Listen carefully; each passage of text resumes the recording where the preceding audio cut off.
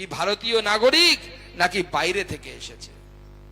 আর ভারতীয় নাগরিকদের অধিকার আছে, সে হিন্দু হোক মুসলমান হোক, যে ভারতবর্ষের প্রধানমন্ত্রী কে হবে, ভারতবর্ষের মুখ্যমন্ত্রী কে হবে কোন একটি রাজ্যে, সেটা ঠিক করার। কিন্তু ভারতবর্ষের যদি কোনো নাগরিক কেউ না হয়, সে যদি কোনোভাবে এপারে চলে আসে, অনুপ্রবেশকারী যদি হয়, মুসলিম অনুপ্রবেশকারী যদি হয়, তাহলে তার ভোট দেওয়ার অধিকার নেই, আমরা দিতে দেব না, আমরা তাদেরকে বাধা দেব। আর যারা হিন্দু উদ্বাস্তু, আমার মতো, আমার পূর্বপুরুষ 1947 সালে বাংলাদেশ থেকে এপারে এসেছিলেন, তাদেরকে তৃণমূল অনেক কিছু বোঝাচ্ছে, নবশূদ্র ভাইরা, মতুয়া ভাইরা বা অন্যান্যরা যারা বাংলাদেশ থেকে এসছেন। আইনটা শুনে নিন, আইনটা বুঝে নিন। ভারতবর্ষ ফরেনার্স অ্যাক্টে পরিবর্তন করেছে। ফরেনার্স অ্যাক্ট কি বলছে?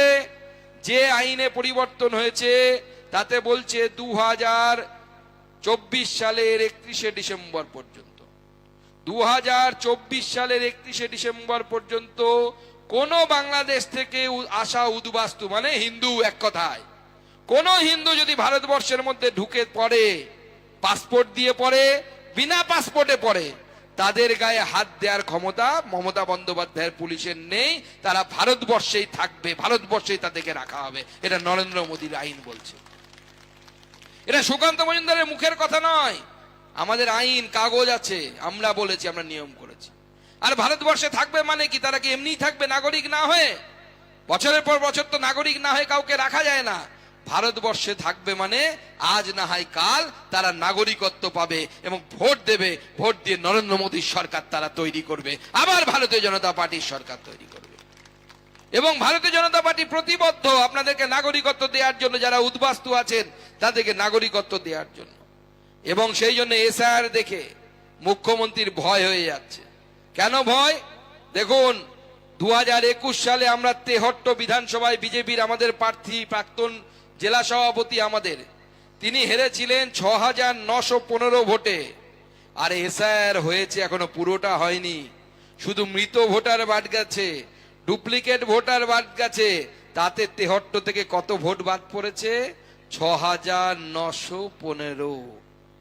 আমরা হেরেছিলাম 6915 ভোটে, আর এসআইআর এ বাদ গেছে 8375 ভোট। মানে আমরা 6000-এ হেরেছিলাম, তার থেকে বেশি ভোট, 8000 ভোট বাদ পড়ে গেছে। তাহলে তেহট্টতে কি হবে? কি হবে? এবার পদ্ম ফুটবে। এইরকম একটা সন্ধ্যাবেলায় 1980 সালে অটল বিহারী বাজপেয়ী মুম্বাইয়ে দাঁড়িয়ে বলেছিলেন, আন্ধেরা ছটেগা, सूरज निकलेगा, कमल खिलेगा।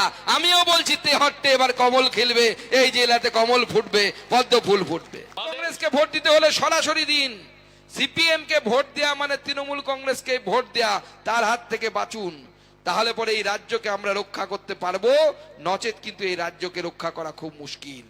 মনে রাখবেন, যখন এখানকার বিধায়ক, যখন আপনাদের এখানে কৃষ্ণনগরের ত্রিপলচর মন্ত্রী উজ্জ্বল বিশ্বাস, তাছাড়াও কৃষ্ণনগরের পঞ্চায়েত সমিতির ব্লক প্রেসিডেন্ট কার্তিক ঘোষ, এক একজন বড় বড় চোর। তৃণমূলের এই ব্লক প্রেসিডেন্টকে কোনো কাজ করতে গেলে 20% টাকা আগে দিতে হয়, ফেলো করি মাখো তেল, তাছাড়া অন্য কোনো গল্প নেই। প্রত্যেকটা ত্রিপলচর থেকে শুরু করে এক একজন গ্যাসের ডিলার, আপনাদের এই মন্ত্রী উজ্জ্বল বিশ্বাস, তিনি নিজের গ্যাসের ওখানে আধার লিঙ্ক করার জন্য নিজের কাস্টমারদের কাছ থেকে পার হেড 200 টাকা করে ঘুষ নিয়েছেন, যেটা বেআইনি। এমন মন্ত্রী আপনারা পেয়েছেন, মুখ্যমন্ত্রী মমতা বন্দ্যোপাধ্যায় এমন মন্ত্রীকে আপনাদেরকে দিয়েছেন। কৃষ্ণনগরের পঞ্চায়েত সমিতির কার্তিক বাবুর কথা বললাম, নামে কার্তিক, ঘুষ খাওয়ার ক্ষেত্রে একদম পার্থ, একদম পার্থ। 20% আগে নিয়ে নিতে হবে, তারপরে উন্নয়ন হবে, না হলে হবে না, তাদের উন্নয়নের কোনো জায়গা নেই। এইভাবে গোটা রাজ্যটাকে চোরেদের আখড়ায় পরিণত করেছে মমতা বন্দ্যোপাধ্যায়। আর এই চোরেদের হাত থেকে বাঁচানোর জন্য দুধেল গাইদেরকে নামিয়ে দিচ্ছে সব জায়গায়। আমি মুসলিম সমাজের ভাই বন্ধু, শিক্ষিত যারা মানুষ আছেন তাদেরকে বলতে চাই, দেখুন, আমরা সবার সাথ, সবার বিকাশ, সবার বিশ্বাসে বিশ্বাস করি। ভারতীয় জনতা পার্টি মনে করে যারা ভারত মাতার সন্তান তাদের প্রত্যেকের ভারতে থাকার অধিকার আছে, আমরা সেই নীতিতে বিশ্বাস করি। কিন্তু আপনারা যদি ভাবেন যে তৃণমূল কংগ্রেসের হাতে ছিলিম খেয়ে আপনারা হিন্দুদের উপর অত্যাচার করবেন, হিন্দুদের বাড়ি ঘর ভাঙচুর করবেন, হিন্দুদের মেয়েদের হাত ধরে টানবেন, তাহলে ভারতীয় জনতা পার্টি কিন্তু চুপ করে বসে থাকবে না, আমরা কিন্তু হাতে লাঠি ধরতে বাধ্য হব, সেই সময় কিন্তু আসছে। হিন্দু সমাজের উপরে এই আক্রমণ মেনে নেওয়া যায় না। আজকে বেলডাঙ্গার হিন্দুরা সংখ্যালঘু, সেখানে তারা ভয় পাচ্ছে যে রাত্রিবেলা তাদের উপরে হামলা হয় কিনা। আমাদের সকল হিন্দু সমাজ থেকে শুরু করে অন্যান্যরা সকলে মিলে একত্রিত হতে হবে, যবে এই চোরগুলোকে আমরা শায়েস্তা করতে পারবো। আপনাদের নাকাশিপাড়ার বিধায়ক কল্লোল খা, যিনি দাদার জামাই সৌম্য নন্দীকে নিয়ে তোলাবাজি করেন এবং মদ মাংস খেয়ে গুন্ডাদের একটা টিম পুষে রেখেছেন, কিছুদিন আগে খবর দিয়ে যায় আপনাদের জানার জন্য। কল্লোল বাবু কলকাতায় একটা ফ্ল্যাট কিনেছেন কয়েক বছর আগে 50 লক্ষ টাকা দিয়ে মাত্র। আমি জানি না কল্লোল বাবু কি করেন, তার পরিবারের সম্পত্তি কত।